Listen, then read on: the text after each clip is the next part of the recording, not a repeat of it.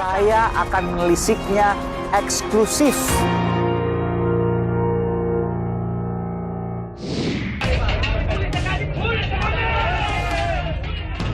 Kita menemukan 7 perlakuan kejam dan tidak manusiawi yang kita duga sebagai perbudakan modern. Yang jelas tempat itu ilegal.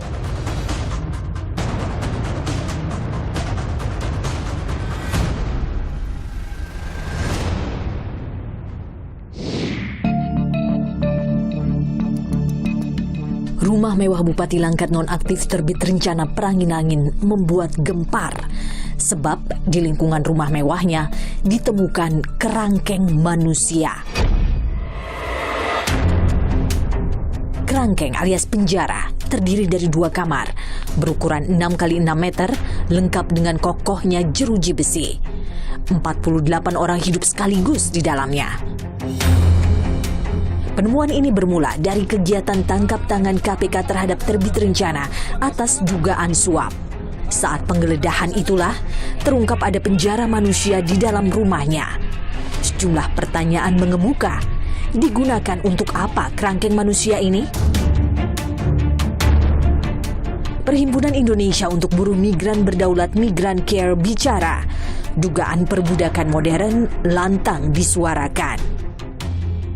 Ada pekerja sawit yang bekerja di ladangnya yang ternyata kita menemukan 7 perlakuan kejam dan tidak manusiawi yang kita duga sebagai perbudakan modern dan juga perdagangan manusia. Pertama adalah Bupati itu membangun semacam penjara gitu ya, kerangkeng di dalam rumahnya. Yang kedua, kerangkeng itu, penjara itu dipakai untuk menampung para pekerja mereka setelah mereka bekerja. Yang ketiga, mereka tidak punya akses untuk kemana-mana. Yang keempat, mereka mengalami penyiksaan, dipukul, lebam dan luka.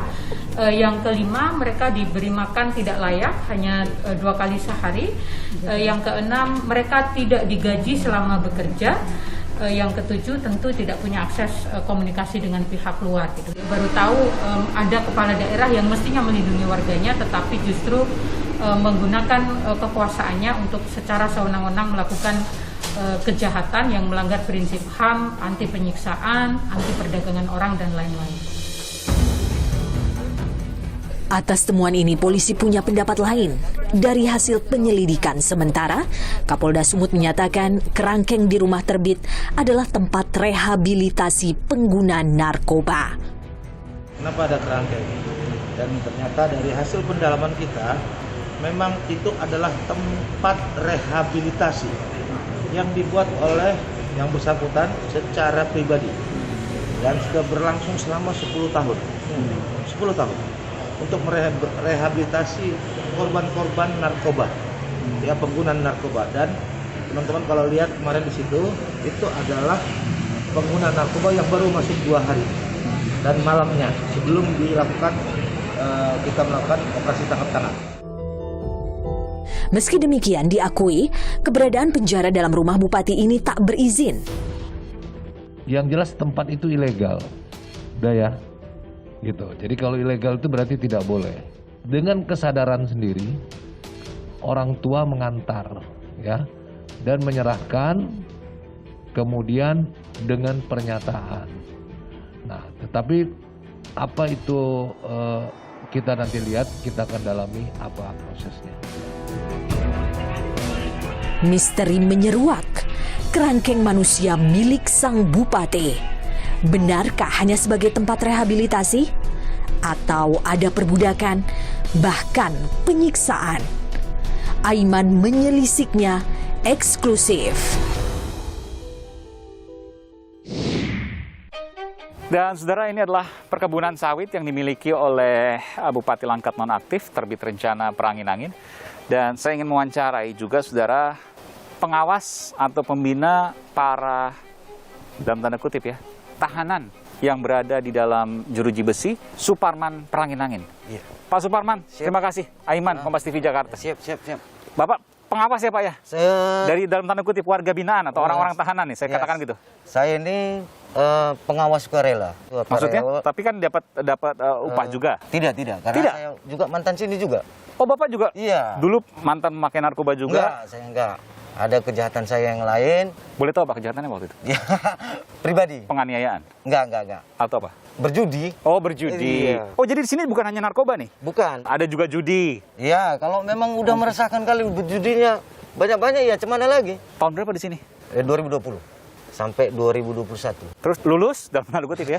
Lulus jadi warga binaan? Nah, ditunjuk saya sebagai pengawas sukarela. Pengawas. Kerjanya apa? Ya, untuk mengawasi orang ini, ngelihat kondisinya, kesehatannya, Oke. makannya. Kalau ada yang sakit segala macam langsung dilaporin? Iya, langsung dilaporin. Kemana laporinnya? Kita bawa itu nanti ke klinik-klinik atau Hah? yang ada di dekat sini gitu. Abang sempat sakit juga mungkin? Atau ada yang sakit? Iya, kalau namanya demam kan biasa. Dikasih obat dan lain sebagainya? Iya. Tapi dimasukkan lagi ke sini? Dimasukkan lagi. Tapi saya mau geser ke sana sedikit ya, Iya. boleh? Saya akan menunjuk sana, saudara. Saya ingin bertanya kepada Bang Suparman yang merupakan alum sini. Kenapa mesti dijeruji besi? Dan kenapa mesti ditahan di dalam?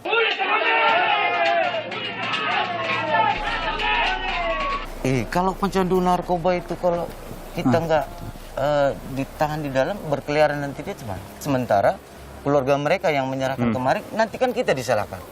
Oke. Kalau itu, sound system buat apa itu? Itu untuk anak-anak kita, biar umpamanya dia pas lagi istirahat, biar nggak stres kali lah, dikasih Oke. musik. Dan saudara ini tadi saya masuk ke dalam, saya mau tanya, ini kalau satu ruangan kurang lebih 6 kali 6 meter, gimana tidurnya 24 orang? Boleh saya jelaskan dulu sebentar. Oke. Saya sudah minta izin ke pihak polisian untuk masuk, saudara. Di bawah pun bisa tidur. Jadi Tapi kan di bawah lantai. ini kita Oh, lapisi pakai ini. karpet? Iya, seperti inilah dia. Oke, 1, 2, 3, 4, 5, 6, 7, 8 lah kurang lebih ya. Iya, 8. 8, 16 ya cukup 24 orang. Dan maksimal 24 orang.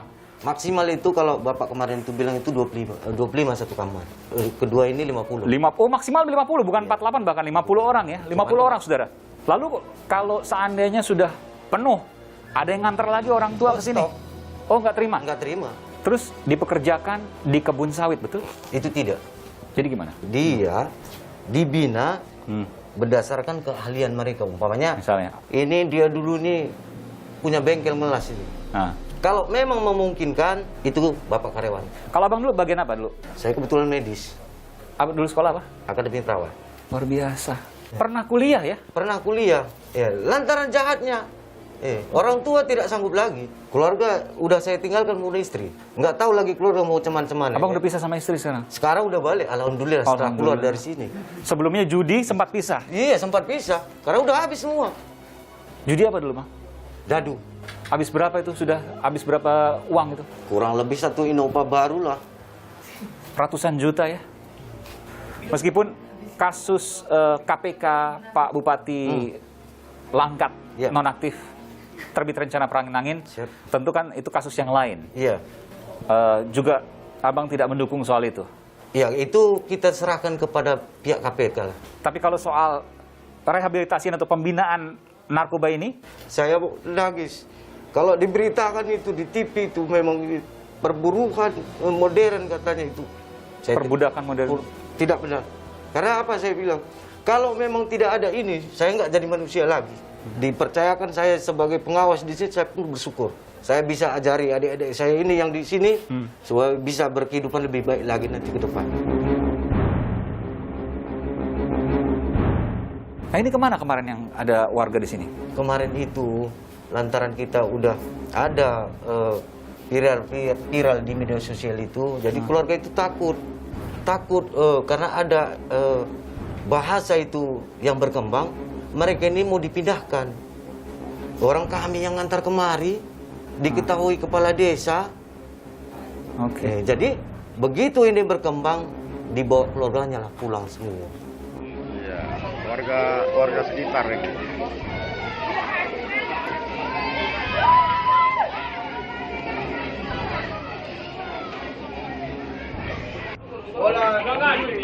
Ada yang banyak cerita ke abang, ngeluh ke abang, bang, saya udah nggak kuat nih nanganin anak saya misalnya karena narkoba atau judi atau penganiayaan dan lain sebagainya. Itu udah banyak. Bahkan ini yang udah pulang pun bilang sama saya kemarin itu, Pak, kalau bisa itu dipercepat buka. Kenapa saya bilang? Saya takut anak saya kambuh lagi. Misalnya? Yang ada yang pernah kemarin itu masuk itu, ibunya lagi sholat itu, disiram pakai air panas. Pakai air panas? Iya. Melepuh? Iya. Kenapa disiram? Karena nggak dikasih Karena uang? nggak dikasih uang. Untuk beli narkoba? Iya. Saking parahnya dulu di sini. Bang Suparman, Iya. Peranginangin, ini masih family juga dengan Pak Terbit ya? Hubungannya apa? Kalau saya manggil dia bapak. Bapak, Iya. oke. Pak Tengah kalau orang Karo bilang. Iya. Ada pabrik dari kelapa sawit. Boleh saya diantar ke sana? Kalau itu harus ada izin dulu. Harus ada izin di sana ya. Tapi kita coba ya. Dari direkturnya. Dari direkturnya. Nanti kita coba, minimal saya coba ke sana untuk mengetahui bagaimana kemudian proses pekerjaan di sana. Dan orang-orangnya di sini juga mereka dipekerjakan di sana. Dipekerjakan. Sampai sekarang masih ada yang pekerjaan di sana. Iya. Kalau dia udah lulus dari training di sini, artinya kita Oke. bilang training, gitu. Proses pembinaan itu kalau memungkinkan itu dikaryawankan, Dikaryawankan. digaji. Dan kalau sudah dipekerjakan, kalau memang berhasil, dijadikan karyawan tetap. Betul.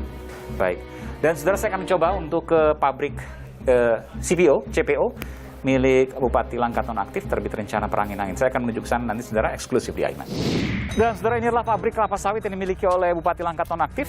Sebagian diisi oleh alumni warga binaan dari sana. Sebagian diisi oleh alumni. Oke, dan ini besar sekali ya. Belum pernah dimasuki oleh media manapun. Eksklusif di Aiman ya. Siap. Saya akan melisiknya eksklusif